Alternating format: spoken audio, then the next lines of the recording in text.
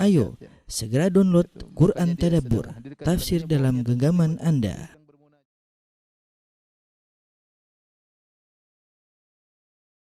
Bismillahirrahmanirrahim. Assalamualaikum warahmatullahi wabarakatuh. Alhamdulillahi ala ihsanihi wa syukur lahu ala taufiqihi wa amtinanihi wa asyhadu an la ilaha illallah wahdahu la syarika lahu ta'ziman li sya'nih wa asyhadu anna Muhammadan abduhu wa rasuluhu da'ila ridwani. Allahumma salli alaihi wa ala alihi wa ashabihi wa ikhwani. Para hadirin hadirat dirahmati Allah Subhanahu wa taala. Para jamaah Masjid Tarbiyah Cilandak yang dirahmati oleh Allah Subhanahu wa taala. Kita lanjutkan bahasan kita tentang sirah nabawiyah dan kita masih melanjutkan tentang bahasan perang Khandaq ya. Perang Khandaq. Maka setelah Rasulullah SAW para sahabat menggali Khandaq ya, maka dibuatkanlah bagi Nabi sallallahu alaihi wasallam semacam kemah. Disitulah Rasulullah SAW tinggal ya, sambil mengawasi pekerjaan kaum muslimin dan persiapan kaum muslimin dan mengawasi berjalannya peperangan. Sambil menunggu datangnya musuh, maka para sahabat terus mengadakan penjagaan ya. Kemudian akhirnya datanglah Al-Ahzab, datanglah pasukan 10.000 orang, 4.000 dari Quraisy dan sisanya 6.000 dari campur baur dari berbagai macam suku. Tentu jumlah yang sangat besar, sementara kaum muslimin cuma 3.000 kurang ya. Maka Allah menggambarkan tentang bagaimana keyakinan kaum mukminin. Kata Allah Subhanahu wa taala, "Walamma ra'al mu'minuna al-ahzaba qalu hadza ma wa'adana Allah wa rasuluhu wa sadaqallahu wa rasuluhu." Tatkala kaum mukminin melihat al-ahzab, yaitu sekutu kaum musyrikin yang datang untuk menyerang kota Madinah, mereka berkata, "Hadza ma wa'adana Allah wa rasuluhu." Inilah yang dijanjikan oleh Allah kepada kami dan Rasulnya. Allah dan Rasulnya menjanjikan kami akan bertemu dengan kondisi seperti ini. Wa sadaqallahu wa rasuluhu, dan sungguh benar Allah dan Rasulnya. Wa ma zadahum illa imanan wa taslima, dan tidak menambah mereka kecuali semakin beriman dan semakin menyerahkan diri kepada Allah Subhanahu wa taala. Ya, kondisi genting seperti ini membuat iman mereka semakin naik. Ya, memang kondisi genting, mengerikan. Musuh tidak terbayangkan, 10.000 sangat banyak ya. Secara perhitungan tentunya sangat berat melawan jumlah yang begitu besar. Tetapi mereka semakin beriman dan mereka semakin menyerahkan diri kepada Allah Subhanahu wa taala. Kaum musyrikin ketika mereka sampai di kota Madinah, maka mereka dikagetkan dengan adanya Khandaq yang mereka tidak duga sebelumnya. Mereka dikagetkan dengan Khandaq dan mereka mengatakan ini adalah trik yang luar biasa. Mereka tidak tahu apa yang harus mereka lakukan. Mereka tidak tahu apa yang harus mereka lakukan. Ya, kemudian mereka pun menelusuri Khandaq tersebut. Mereka berjalan dari titik ke titik berikutnya, menelusuri mana kira-kira tempat yang bisa mereka lewati. Ya, ada poin yang mungkin mereka bisa lewati karena mungkin Khandaqnya sempit sehingga bisa diloncati oleh kuda. Namun kalau mereka mau mendekat, maka kaum mukminin menghujani mereka dengan panah, ya, sehingga mereka tidak bisa memperhatikan mana posisi yang lemah untuk mereka lompati Khandaq tersebut. Dan akhirnya mereka mengepung kaum muslimin sekitar 20 hari lebih. 20 hari lebih mereka mengepung kaum muslimin dan tidak terjadi pertarungan kecuali hanya sekedar saling memanah di antara mereka. Dan akhirnya mereka pun pulang tanpa bawa hasil sama sekali. Di dalam kondisi genting seperti itu, Abu Sufyan terus berpikir bagaimana bisa mengalahkan kaum muslimin. Maka Abu Sufyan mengirim Huyai bin Akhtab, bapaknya Safiyah. Huyai bin Akhtab adalah pimpinan dari kabilah Yahudi, kabilah Bani Nadhir, sehingga dia adalah Huyai bin Akhtab An-Nadhiri. Adapun anaknya Safiyah bintu Huyai bin Akhtab An-Nadhiriyah. Ya, sebagaimana telah kita jelaskan, dia diusir ketika melakukan pengkhianatan, kemudian dialah yang memprovokasi sehingga terjadinya Al-Ahzab, ya. Jadi Al-Ahzab datang kemudian menyerang akibat provokasi bapaknya Safiyah.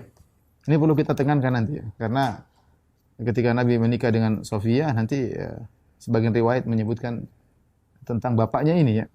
Jadi bapaknya ini provokator ulung yang telah mengumpulkan kaum musyrikin dari berbagai macam tempat untuk menyerang kota Madinah. Abu Sufyan cerdas, dia kemudian memanggil Huyai bin Akhtab, kemudian dia berkata, "Pergilah engkau ke Bani Quraidah." Di mana tempat tinggal Bani Quraidah? Bani Quraidah tinggalnya di selatan. Mana sudah kita jelaskan tentang posisi Khandaq. Ya, kalau ini kota Madinah utara, maka kaum musyrikin Ahzab datang dari arah utara. Karena disinilah yang aurat yang terbuka bisa dimasuki oleh pasukan dalam jumlah yang banyak. Sementara dari belakang ini banyak pohon-pohon korma dan ditempati oleh orang Yahudi, di antaranya Bani Quraidah.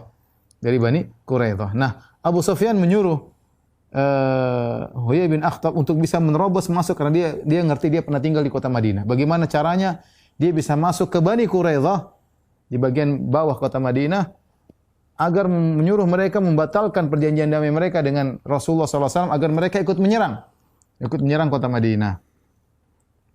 Ya, akhirnya Huyai bin Akhtab pun pergi menuju pimpinan Bani Quraidah, namanya Ka'ab bin Asad Al-Qurazi. Ka'ab bin Asad Al-Qurazi, pemimpin Bani Quraidah. Maka ketika Huyai bin Akhtab mengetuk pintu, maka dia tutup pintu, dia tidak mau buka. Ka'ab bin Asad Al-Qurazi tidak mau buka pintu bagi Huyai bin Akhtab. Akan tapi Huyai bin Akhtab terus alaha, dia mengatakan ayo buka ya. Maka dia pun mengetuk-ngetuk pintu, dia pukul-pukul pintu. Kemudian dia berkata, "Waihaka ya Ka'ab, iftah li." Kata dia, "Celaka engkau wahai Ka'ab, buka pintu untukku." Faqala Ka'ab dari Bani Quraidah, pimpinan Bani Quraidah berkata, "Waihaka ya Huyai, innaka mru'un mas'um." Dia balas, "Celaka engkau wahai Huyai bin Akhtab, engkau adalah lelaki pembawa sial. Wa inni qad ahadtu Muhammadan falastu binaqidin ma baini wa bainahu." Aku sudah membuat perjanjian damai dengan Muhammad dan aku tidak akan batalkan perjanjian damaiku dengan Muhammad. Walam ara minhu illa wafa'an wa sidqan. Aku tidak melihat dari Muhammad kecuali dia menunaikan janji dan dia jujur. Dia tidak punya kesalahan. Ngapain aku membatalkan janji? Pulang kamu. Kata Huyai, "Waihaka ya Ka'ab, iftah li ukallimak." Wahai Ka'ab, celaka engkau, bukakan pintu, aku mau ngomong dulu. Dengar dulu kita ngomong. Qala ma ana bifa'il, aku tidak akan bukakan pintu bagi engkau wahai Huyai. Pulanglah engkau. Maka Huyai berkata, "Wallahi ma aglaqtal hisna duni illa takhawufaka min an akula min jashishatika." Maka dia ngejek, dia bilang, "Wahai Ka'ab, kau itu tidak membuka pintu karena kau takut aku ikut makan di rumahmu kan?" Ya, karena kau takut aku ikut. Jashisha itu salah satu jenis makanan, yaitu daging dicampur dengan dakik, dengan tepung ya. Jadi dia mengatakan, "Kau ini sebenarnya tidak membuka pintu, kenapa? Kau takut aku makan bersamamu?" Akhirnya Ka'ab Al-Qurazi akhirnya membuka pintu. Masuklah Huyai. Kemudian dia berkata, "Waihaka ya Ka'ab." Kata Huyai, "Celaka engkau Ka'ab. Ji'tuka bi'izzid dahri wa bi bahri tam." Ya. Aku telah datang kepada engkau dengan membawa kejayaan masa. Dan aku telah membawa kepada engkau lautan yang sedang bergejolak ombaknya.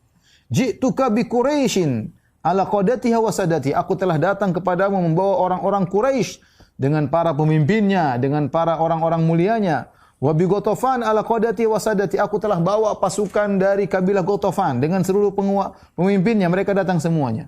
Wa qad ahaduni ala an la yabrahu hatta nasta'sila Muhammadan wa ma ma'ahu. Dan mereka semua telah berjanji kepadaku, Quraisy, Ghatafan, 10.000 pasukan.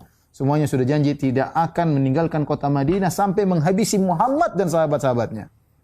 Ka'ab berkata, ketika Huyai memprovokasi, kata Ka'ab, dia masih cerdas, dia mengatakan, "Ji'tani wallahi bidhullid dahri wa bihajamin qad haraqa ma'ahu, fahuwa yar'udu wa yabruqu laysa fihi syai'."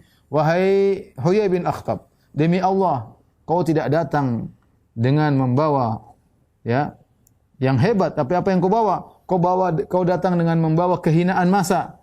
Kau datang dengan membawa awan yang sudah turun hujannya. Tidak ada air hujan lagi turun dari awan tersebut. Yang ada cuma ada suara guntur dan petir, tapi tidak ada hujannya sama sekali. Artinya kau ini ngomong kosong doang. Wahai hakaya Huyai, fada'ni wa ma ana fa'alaihi. Wahai Huyai, tinggalkan aku, biarkan aku menjalani apa yang aku jalani. Sungguhnya aku tidak melihat dari Muhammad sedikit pun kecuali kejujuran dan menunaikan janji. Demi Allah, ma akrahni ala din. Muhammad tidak pernah memaksakan aku untuk mengikuti satu agama.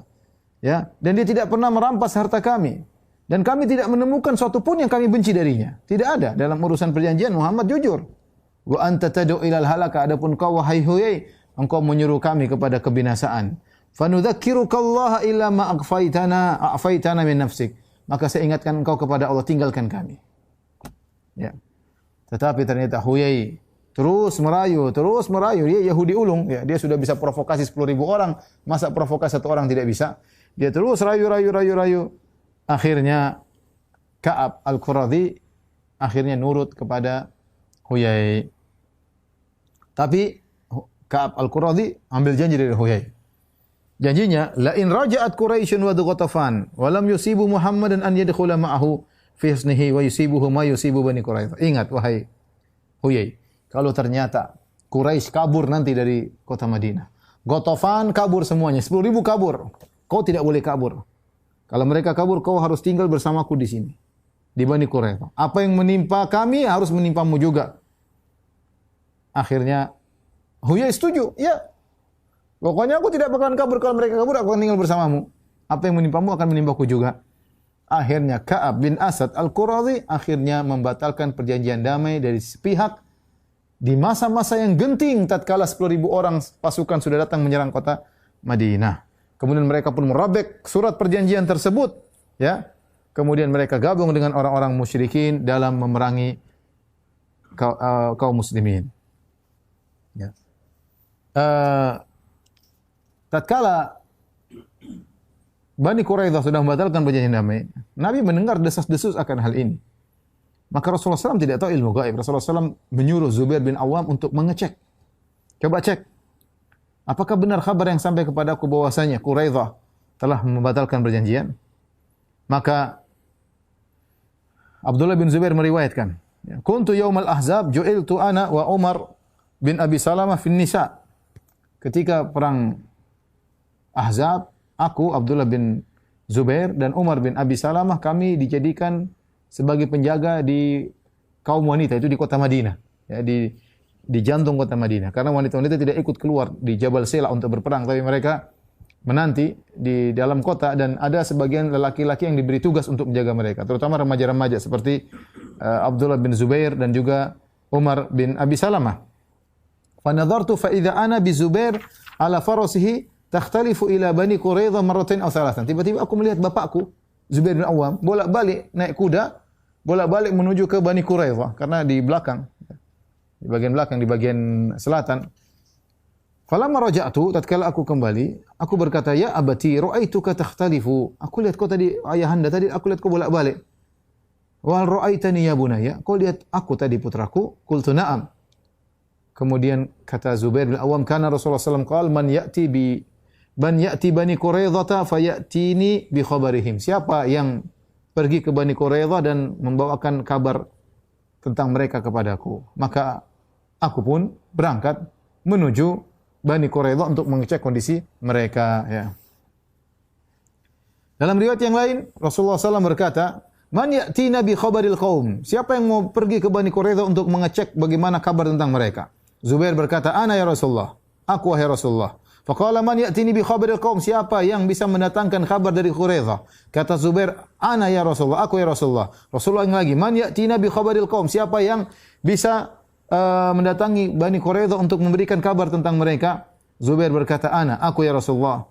Kemudian Rasulullah SAW berkata, inna likulli nabiyyin hawari wa inna hawariya az-Zubair. Sungguhnya setiap nabi ada penolongnya dan penolongku adalah Zubair ibn Awam radhiyallahu taala anhu, ya. Ini dalil tentang keutamaan Zubair karena dia mengatakan inna hawari, sungguhnya penolongku, orang dekatku adalah Zubair bin Awam radhiyallahu taala anhu. Setelah itu belum ada kabar yang jelas apakah Quraidah memutuskan perjanjian damai atau tidak. Akhirnya Rasulullah SAW mengutus lagi dua, Sa'ad bin Mu'adz pemimpin suku Aus dan Sa'ad bin Ubadah pemimpin suku Khazraj. Maka mereka berdua pun berjalan dan bersama mereka adalah Abdullah bin Rawaha. Mereka bertiga. Oh, ada satu lagi Khawat ibnu Jubair, berempat. Maka Rasulullah SAW berkata, intaliqu, pergilah kalian berempat, hatta tanzuru ahaqqun ma balaghana an haula. Cek apakah benar kabar yang sampai kepadaku bahwasanya mereka telah membatalkan perjanjian damai. Fa in kana haqqan falhinu li lahnan a'rifuhu. Kalau ternyata benar, tolong berikan aku isyarat. Jangan terang-terangan. Berikan aku isyarat. Wala tafuttu fi a'dha'in nas. Jangan kau bikin orang-orang menjadi lemah, menjadi gentar.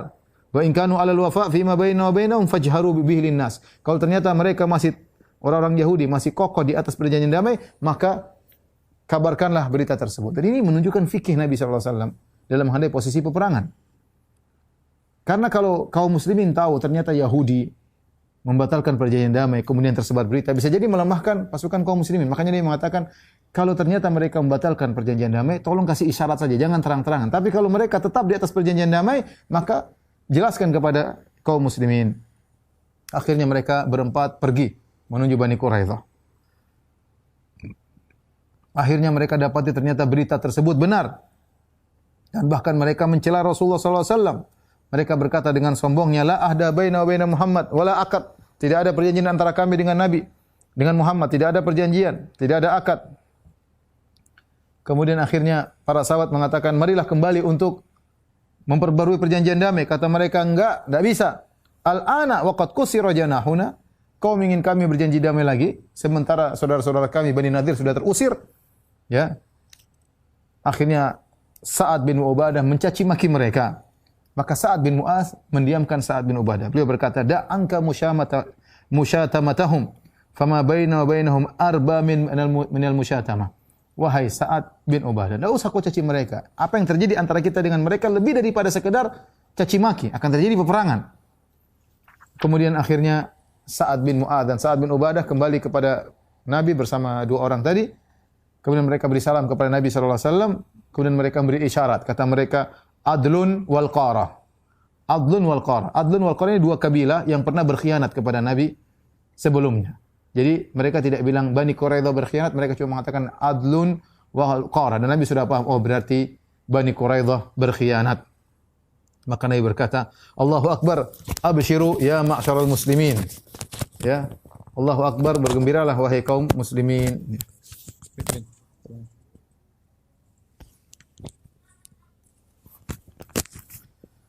Setelah itu Rasulullah SAW pun memakai menutup wajahnya. Kemudian Rasulullah menutup wajahnya dengan bajunya. Ya. Kemudian Rasulullah SAW berbaring. Ya. Kemudian kondisi semakin menegangkan, kondisi semakin menakutkan. Ya. Apalagi kondisi Bani Quraidah membatalkan perjanjian. Tapi Rasulullah SAW memberi semangat kepada para sahabat. Kata Rasulullah SAW, abshiru bifatihillahi wa nasrihi. Bergembiralah kalian dengan kemenangan dari Allah dan pertolongan Allah Subhanahu wa taala. Tatkala kabar akhirnya tersebar bahwasanya Bani Quraidah berkhianat. Ya. Ini di kondisi sangat genting. 10.000 pasukan sedang mengepung kaum muslimin. Dari atas 10.000, dari bawah sekitar 700 orang atau ratusan orang. Bani Quraidah berkhianat. Maka para sahabat luar biasa dalam kondisi ya genting, sampai-sampai Allah menyebutkan kondisi mereka dalam surat Al-Ahzab. Kata Allah, idh ja'ukum min fawqikum wa min asfala minkum. Tatkala musuh-musuh datang menemui kalian dari arah atas dan dari arah bawah. Dari atas maksudnya Quraisy dan Ghatafan. Dari arah bawah maksudnya adalah Bani Quraidah. Wa idh zaghatil absaru, dan tatkala pandangan sudah miring, tidak stabil memandang saking ketakutan yang luar biasa. Wa balaghatil qulubul hanajir, dan ternyata jantung-jantung sudah sampai ke kerongkongan. Allah gambarkan tentang bagaimana ketakutan yang luar biasa. Wa tadhunnuna billahi dhununa, dan kalian bersangka kepada Allah dengan persangkaan-persangkaan. Hunalika butuliyal mu'minuna, disitulah kaum mukminin diuji. Wa zulzilu zilzalan syadida, dan digoncangkan dengan kegoncangan yang sangat dahsyat. Benar-benar diuji yang luar biasa. Bayangkan mencekam 10.000 dalam berkhianat, mencekam. Tidak bukan perkara yang mudah. Ya. Dalam satu hadis Imam Ahmad meriwayatkan ya dengan sanad yang hasan dari Muhammad bin Ka'ab Al-Qurazi, dia berkata, seorang pemuda di antara kami berkata dari Ahlul Kufah berkata kepada Hudzaifah bin Yaman, "Ya Aba Abdullah, ra'aitum Rasulullah sallallahu alaihi wasallam wa sahibtumuhu?" Wahai Hudzaifah, ini anak muda ini tidak pernah ketemu Nabi. Dia bertanya, "Ya Hudzaifah, ya, apakah kau pernah melihat Rasulullah sallallahu alaihi wasallam? Kau pernah bersahabat dengan Nabi sallallahu alaihi wasallam?" Kata Hudzaifah, "Benar, wahai anak saudaraku." Qala fa kaifa kuntum tasna'un? Ya. Apa yang kalian lakukan bersama Nabi sallallahu alaihi wasallam? Maka Hudzaifah, "Wallahi laqad kunna najhad." Sungguh kami dalam kondisi sulit ketika bersama Nabi. Maka anak muda ini berkata, "Wallahi law adraknahu ma taraknahu yamshi 'alal ardi, la ja'alnahu 'ala a'naqina." Demi Allah, seandainya kami ini ketemu Nabi dulu, kami hidup di zaman Nabi, kami tidak akan biarkan Nabi berjalan di atas tanah, kami akan buat dia berjalan di atas pundak-pundak kami. Ini omong seakan-akan omong besar. Kalau kami yang ketemu Nabi, kami akan begitu. Kata Hudzaifah, "Ya benar akhi, jangan ngomong demikian. Tidak mudah hidup di zaman Nabi sallallahu alaihi wasallam. Wallahi laqad ra'aituna ma'a Rasulillah sallallahu alaihi wasallam bil Khandaq." Maka Hudzaifah bercerita, kami pernah menghadapi suatu kondisi ketika kami di Khandaq. Saking kondisi genting sampai Rasulullah SAW berkata, "Man rajulun yaqumu fayanzur lana ma fa'ala al-qaum thumma yarji'." Siapa di antara kalian yang mau berdiri kemudian pergi menuju kampnya musuh, lihat apa yang sedang mereka lakukan kemudian balik. Ya. As'alullah an yakuna rafiqi fil jannah. Aku mohon kepada Allah agar dia menjadi temanku di surga. Karena Nabi kasih syarat gak gampang. Pergi dari Madinah, melewati Khandaq, masuk ke markas musuh, lihat apa yang mereka lakukan, kemudian balik lagi selamat. Siapa yang bisa? Kata Hudzaifah, "Fama qama rajulun minal qaum." Tidak seorang sahabat pun yang berdiri. Karena berat tugasnya. Kenapa? Ketakutan yang amat dahsyat. Min syiddatil khauf, kata Hudzaifah, karena saking ketakutannya. Wa syiddatil ju', saking laparnya. Wa syiddatul bard, saking dinginnya. Terkumpul, sudah lapar, kemudian dingin, dan ketakutan. Inilah kondisi. Wa najaman nifaq, ketika itu orang-orang munafik berbicara. Orang-orang yang hatinya ada penyakitnya, orang-orang munafik, kemudian mereka berbicara. Kata mereka, ngejek. Kana Muhammadun ya'iduna an na'kula kunuza Kisra wa Kaisar. Muhammad sudah janji kepada kita, kita akan makan dari hasil kekayaan Kaisar dan Kisra, Romawi dan Persia. Dia ngomong begitu, janji sama kita. Wa ahadunal yaum la ya'manu ala nafsihi an yadhhaba ila qada'i hajati. Sementara sekarang kita seorang pun tidak merasa aman kalau buang hajat. Dalam kondisi begini Muhammad masih menjanjikan kita untuk menguasai Persia dan Romawi. Jadi mereka mengejek para sahabat, mengejek Nabi sallallahu alaihi wasallam. Mulailah sebagian orang-orang munafik yang ada di barisan kaum muslimin mulai cari alasan untuk meninggalkan peperangan. Di antara mereka ya ada yang minta izin. Namanya Aus bin Ibnu Qaizi.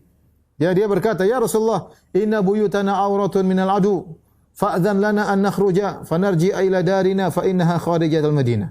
Kata dia, "Ya Rasulullah, rumah-rumah kami bahaya ya Rasulullah, terbuka, tidak ada yang menjaga ya Rasulullah.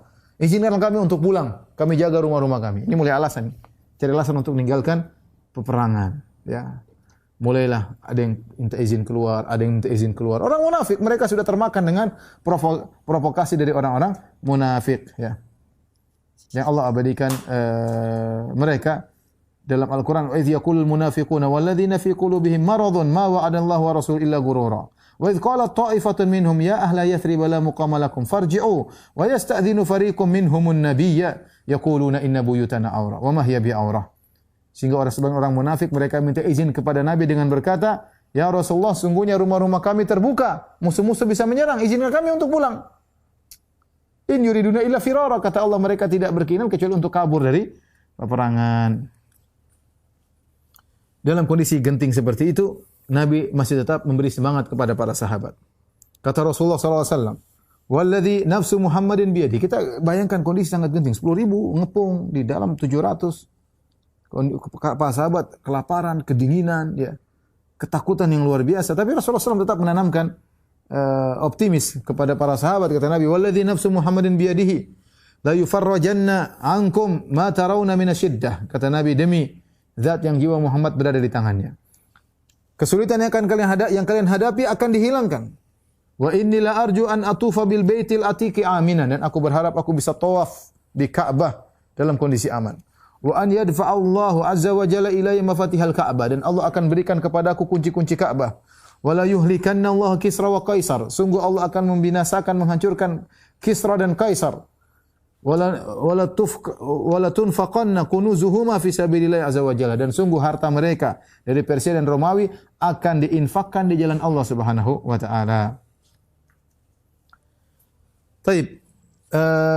Kondisi semakin genting, maka Rasulullah SAW mengirim sebagian sahabat, di antaranya Salamah bin Aslam bersama 200 orang, Zaid bin Harithah bersama 300 orang, ya, mereka menjaga kota Madinah. Ngontrol, ya, keliling sana keliling sini, ya. Kemudian mereka bertakbir Allahu Akbar, Allahu Akbar.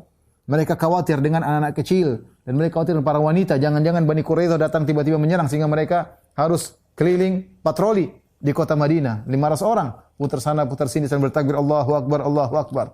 Khawatir anak-anak dan para wanita akan dibunuh oleh Bani Quraidah. Tatkala pengepungan semakin parah, ya. Tadi kita sebutkan sekitar 20 hari lebih, entah pada hari keberapa pengepungan semakin parah. Rasulullah SAW, ya, dia seorang nabi, tapi dia berpikir logis ya. Bagaimana cara agar musuh bisa berkurang? Maka Rasulullah SAW punya ide untuk menyuruh sebagian kabilah dari kabilah Ghatafan untuk mundur dengan memberi pemberian kepada mereka, sehingga 10.000 bisa jadi berkurang. Mungkin berkurang 2.000, mungkin berkurang 4.000, yang penting berkurang. Kalau berkurang kan bisa berperang nanti. Maka Nabi punya ide untuk mengirim utusan kepada Uyainah ibn Hisan al-Fazari dan kepada Al-Harith bin Aufi al-Murri. Ya. Mereka kedua adalah pemimpin kabilah Ghatafan. Nabi ingin bermusyawarah dengan mereka, mengadakan islah, yaitu Nabi akan memberikan kepada mereka 1/3 hasil bumi kota Madinah. Dengan syarat mereka pulang. Bawa pasukan mereka pulang, jangan tinggal di kota Madinah. Sehingga biarkanlah Nabi berperang dengan orang Quraisy. Kalau orang Quraisy masih mending 4.000 lawan 3.000. Ya, karena kabilah Ghatafan banyak, ribuan. Kalau kurang 2.000, 3.000 lumayan. Ya. Maka Nabi kasih janji yang menyenangkan. 1/3 hasil kota Madinah dikirim buat mereka. Madinah kota subur, banyak kormanya.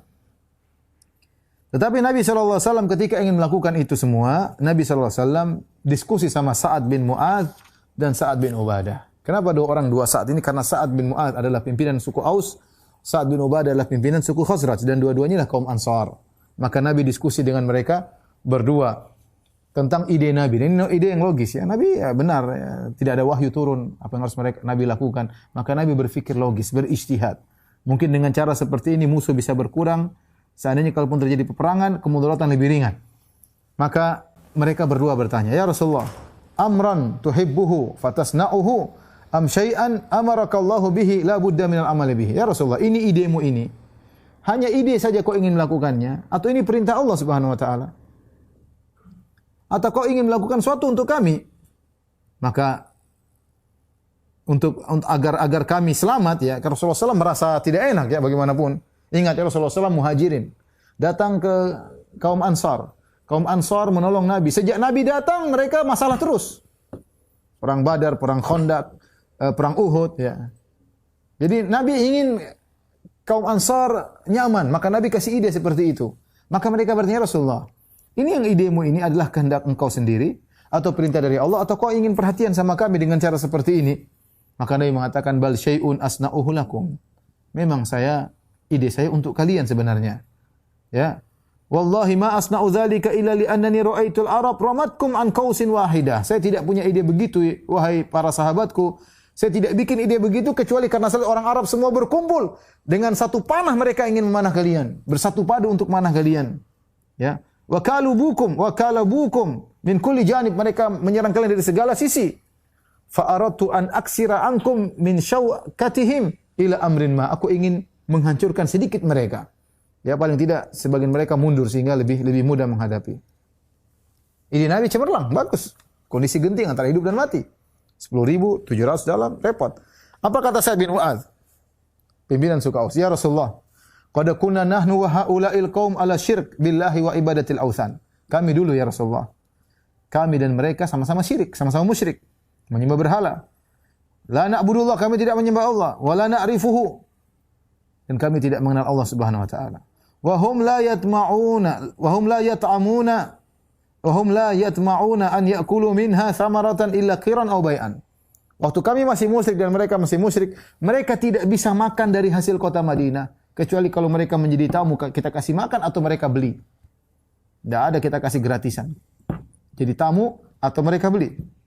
Afahina akramana Allahu bil Islam. Apakah sekarang kami sudah dimuliakan oleh Allah untuk masuk Islam?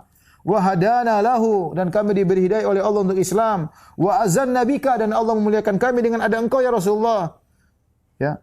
Wa bihi nu'tihim amwalana, sekarang kami mau kasih gratisan sama mereka hasil bumi kami. Wallahi ma lana bihadza min hajah. Kami tidak butuh dengan ide seperti ini ya Rasulullah. Wallahi la nu'tihim illa saif. Kami tidak akan kasih korma sama mereka. Yang akan kami kasih kepada mereka adalah pedang. Hatta yahkumallahu baina wa bainahum, sampai Allah memutuskan apa yang terjadi antara kami dengan mereka. Kata Nabi, fa anta wa dha. Kalau begitu ya sudah. Ya sudah. Tidak ada lagi, sudah kita bertahan. Mulailah orang-orang musyrikin muter-muter di Khandaq. Mereka cari celah bagaimana bisa masuk. Ya. Ya, sampai akhirnya ada beberapa pasukan kaum musyrikin mereka bisa masuk ya, pasukan berkuda. Ya, mereka siap untuk berperang. Di antaranya Amr bin Wud, wa Ikrimah bin Abi Jahal, Hubairah bin Abi Wahab, Naufal bin Abdullah, Dhirar bin Khattab. Ada sekitar 5 orang.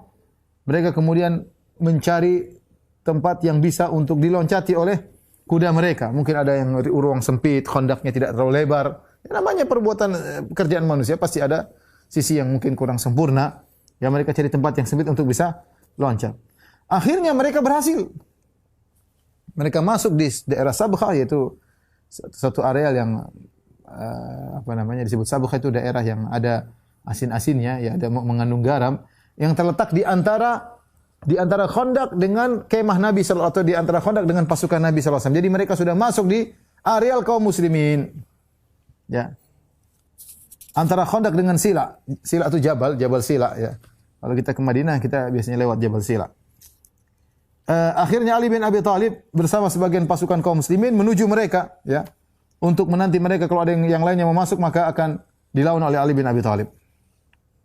Akhirnya Amr bin Wud berhasil masuk ke areal kaum muslimin. Kemudian dia tantang duel. Ketika itu Amr bin Wud umurnya 90 tahun. Sudah tua, 90 tahun. Dia termasuk pasukan berkuda, prajurit berkuda yang paling berani, yang paling jago. Hanya saja ketika dalam perang Badar dia terluka, sehingga dia tidak bisa melanjutkan peperangan. Kemudian perang Uhud dia tidak ikut perang Uhud, mungkin dia menyembuhkan dirinya. Ya. Ketika perang Khandaq, maka dia hadir kembali. Kharaja mu'laman, dia pakai tanda di tubuhnya agar orang tahu siapa dia, entah di sorbannya, entah di bajunya, entah di pedangnya. Pokoknya dia keluar dalam memakai suatu tanda agar dikenal. Kemudian dia berteriak, "Man yubaris, siapa yang melawan saya?" Berani masuk di areal kaum muslimin. Sudah antara Khandaq dengan luar biasa beraninya. Ali bin Abi Thalib berkata, "Ana lahu ya Nabi Allah." Wahai Rasulullah, biar aku yang lawan dia. Kata Nabi SAW, "Ijlis, fa innahu Amr bin Wud." Wahai Ali, diam kamu, jangan maju. Itu Amr bin Wud, bukan sembarang orang. Dia teriak lagi kedua kali, "Siapa yang lawan saya?" Ali bin Abi Thalib bilang lagi, "Ya Rasulullah, saya yang maju ya Rasulullah." Kata Rasulullah SAW, "Ijlis, duduk. Fa innahu Amr bin Wud." Jangan kau maju, itu Amr bin Wud. Kemudian 3 kali teriak, "Man yubari, siapa yang mau lawan saya?" Akhirnya Ali mengatakan, "Saya ya Rasulullah." Maka Rasulullah izinkan Ali untuk maju. Maka Rasulullah SAW berikan pedangnya kepada Ali.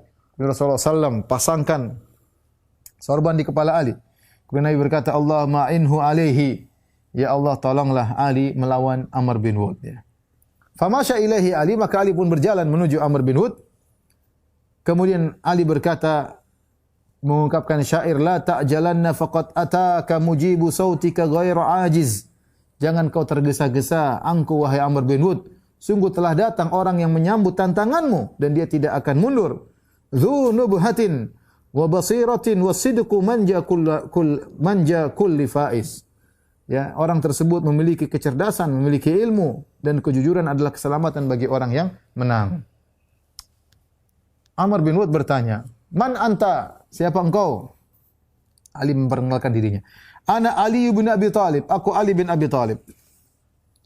Amr bin Wud sudah tua, 90 tahun. Ali masih muda. Amr bin Wud berkata, "Indaka min a'mamika huwa asannu minka." Wahai Ali, kau punya paman-paman yang lain yang lebih tua dari kamu. Biar pamanmu yang lawan saya. "Wa inna abaka kana nadiman li." Bapakmu dulu Abu Thalib teman ngobrolku, teman minum ngopi, ya. "Fala uhibbu qitalaka fansarif." Aku tidak ingin melawan engkau. Pulanglah engkau. Ali mengatakan, "Ya Amr." Ternyata Amr bin Wud teman bapaknya. "Wahai Amr, innaka qad kunta ahadtallaha ala yad'uka rajulun min Quraisyin illa ihda khullatain illa akhadtaha minhu." Kau pernah berjanji kepada Allah, kalau ada seorang lelaki Quraisy menyerumu kepada 2 seruan, kau pasti pilih salah satunya. Ya. Qala lahu ajal, benar saya pernah berjanji demikian. Kata Ali, "Fa inni ad'uka ila Allah." Maka saya punya seruan kepada engkau, tinggal kau pilih salah satunya di antara 2. Yang pertama, aku menyuruh engkau untuk beriman kepada Allah, beriman kepada Rasulullah. Aku menyuruh engkau untuk masuk Islam. Ini yang pertama. Kata dia, "La hajata li bidzalik." Aku tidak butuh dengan Islam. Aku tidak beriman kepada Nabi, kepada Rasulullah. Ali berkata, "Kalau begitu, seruan kedua kau harus ikuti. Fa inni ad'uka ila nizal." Kalau gitu kita perang, kita berduel. Dia berkata, "Lima ya ibn akhi. Fawallahi ma uhibbu an aqtulak." "Kenapa wahai Ali? Kenapa wahai putra saudaraku? Aku tidak ingin bunuh kamu. Tidak usah kita berduel." Kata Ali, "Iya, kau tidak ingin bunuh saya. Walakin wallahi uhibbu an aqtulak." Tapi aku ingin bunuh engkau. Ketika Amr bin Wud mendengar perkataan Ali, "Aku ingin bunuh engkau," maka dia pun ngamuk.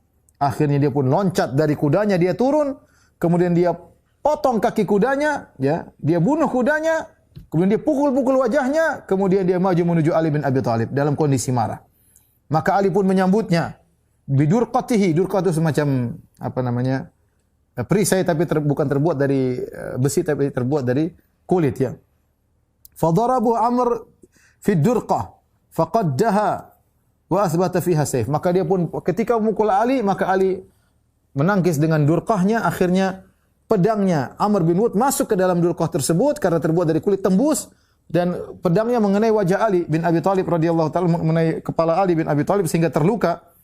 Kemudian ketika dia susah mencabut pedangnya, maka Ali bin Abi Thalib segera menghantamkan pedangnya ke pundaknya, maka dia pun jatuh. Ketika terjatuh maka debu bertebaran. Apa yang terjadi? Tiba-tiba Ali bertakbir, Allahu Akbar. Maka kaum muslimin tahu bahwasanya Ali telah membunuh Amr bin Wud. Kemudian Ali pun datang kepada Rasulullah sallallahu alaihi wasallam. Adapun sisanya pada kabur. Kisah ini kisah sangat menarik bagaimana keberanian Ali bin Abi Thalib melawan Amr bin Wud, namun sanadnya lemah. Kisah ini sanadnya lemah dan kita tahu bahwasanya Ali bin Abi Thalib sangat pemberani, terlalu banyak hadis-hadis sahih yang menunjukkan tentang keberanian Ali bin Abi Thalib. Nanti juga dalam perang Khandaq bagaimana hebatnya Ali bin Abi Thalib. Tapi untuk kisah ini Amr bin Wud dibunuh oleh Ali bin Abi Thalib radhiyallahu anhu, sanadnya lemah.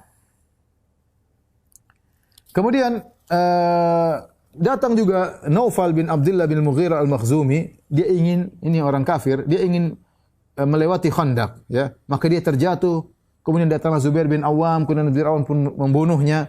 Akhirnya dibelahlah tubuhnya menjadi dua oleh Zubair bin Awam radhiyallahu taala anhu. Akhirnya kaum muslimin pun bertakbir, ya, ketika melihat Zubair bin Awam berhasil membunuhnya. Baik. Dalam kisah perang Khandaq, Sa'ad bin Mu'adz radhiyallahu taala anhu, ya, terluka dan dia meninggal dalam perang Khandaq. Sa'ad bin Mu'adz, yang kata Nabi SAW, "Ihtazza arsyur Rahman bimauti Sa'ad." Arsy Allah bergetar dengan wafatnya Sa'ad bin Mu'adz, ya. Awalnya apa? Dia terluka. Ya, ketika terjadi panah-panahan di antara kaum muslimin dengan kaum musyrikin, ya. Sa'ad bin Mu'adz dia memakai baju perang tetapi sebagian ujung-ujung tubuhnya terbuka. Dia tidak memakai baju perang yang sempurna, ya, besi menutupi tubuhnya seluruhnya, tapi ada bagian tubuhnya yang terbuka sehingga mudah terkena panah. Jadi seorang pemberani dan tubuhnya besar, ya. Maka seorang bernama Hibban bin al-Ariqah kemudian memanahi Sa'ad bin Mu'adz dan akhirnya mengenai bagian tangannya, ya, Dari Aisyah radhiyallahu taala anha, dia berkata, "Kharajtu yaumal Khandaq aqfu atharan nas." Aisyah berkata, aku waktu perang Khandaq aku keluar dan aku mengikuti orang-orang, ya. Kalau ada yang sakit maka dibantu, ada yang haus maka wanita, sebagian wanita keluar ikut dalam perang Khandaq dalam rangka untuk membantu orang-orang yang terluka. Fa idza ana bi Sa'ad bin Mu'adz, tiba-tiba aku melihat Sa'ad bin Mu'adz. Wa ma'ahu ibnu akhihi Al-Harits bin Aus, dan dia bersama sepupunya Al-Harits bin Aus. Yahmilu mijannatan, ya, dan dia membawa perisai. Fajalasu ila al-ardi famarra Sa'ad wa alaihi dir'un min hadid. Aku pun duduk di tanah, tiba-tiba kata Aisyah, aku duduk di tanah, aku melihat Sa'ad bin Mu'adz lewat. Dan dia memakai baju perang terbuat dari besi, ya. Waqad kharajat minha atrafuhu, tapi baju perang tersebut tidak sempurna, artinya tangannya kelihatan, kakinya kelihatan. Fa ana atakhawafu ala atrafi, saat aku khawatir yang terbuka, bagian tubuh yang terbuka bisa terkena anak panah. Dan Sa'ad termasuk orang yang besar dan orangnya tinggi, ya. Akhirnya benar ketika dia sedang berjalan tiba-tiba ada seorang laki dari kaum musyrikin dari Quraisy namanya Hibban bin Al-Ariqah memanah Sa'ad bin Mu'adz, ya, kemudian mengenai tangannya dan akhirnya membuat dia terluka. Dan sebab luka itulah yang akhirnya membuat Sa'ad bin Mu'adz akhirnya meninggal dunia. Dalam riwayat, ya, dari Jabir dalam Sahih Muslim, ya, Fahasamahu Rasulullah sallallahu alaihi wasallam bin nar.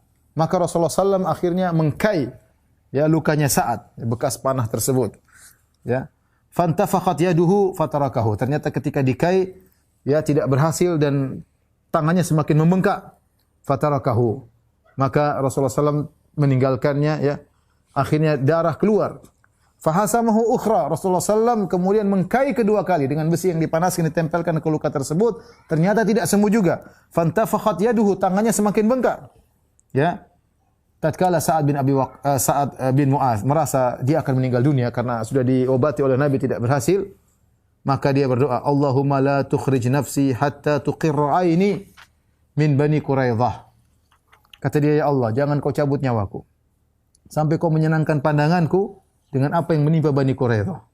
Ya, wa kanu hulafa'ahu wa mawaliyahu fil jahiliyah. Dahulu suku Aus dan suku Bani Quraidah mereka saling bersekutu, ya, saling kerjasama.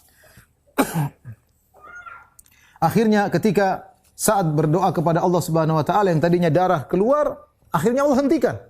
Tidak ada satu tetes darah pun yang keluar. Setelah dia berdoa kepada Allah, ya Allah jangan kau cabut nyawaku sampai kau buat aku senang dengan apa yang menimpa Bani Quraidah, ya. Akhirnya Bani Quraidah ikut dengan hukum Sa'ad bin Mu'adz radhiyallahu taala anhu. Nanti akhirnya kisah di akhirnya nanti akan kita sampaikan di mana akhirnya ketika orang-orang kafir sudah kabur semua tinggal Bani Quraidah, maka akhirnya Nabi menyerang mereka dan akhirnya mereka punya ide agar mengikuti hukum Sa'ad bin Mu'adz dan akhirnya Nabi setuju. Ternyata Sa'ad bin Mu'adz memberi hukum kepada mereka agar dibunuh dan akhirnya mereka dibunuh. Kemudian setelah itu baru Sa'ad bin Mu'adz radhiyallahu taala anhu meninggal dunia. Dan di antara karamah Sa'ad bin Mu'adz radhiyallahu taala anhu ya doanya dikabulkan oleh Allah Subhanahu wa taala. Ya. Ketika beliau sakit ya, maka Sa'ad dibawa di masjid ya.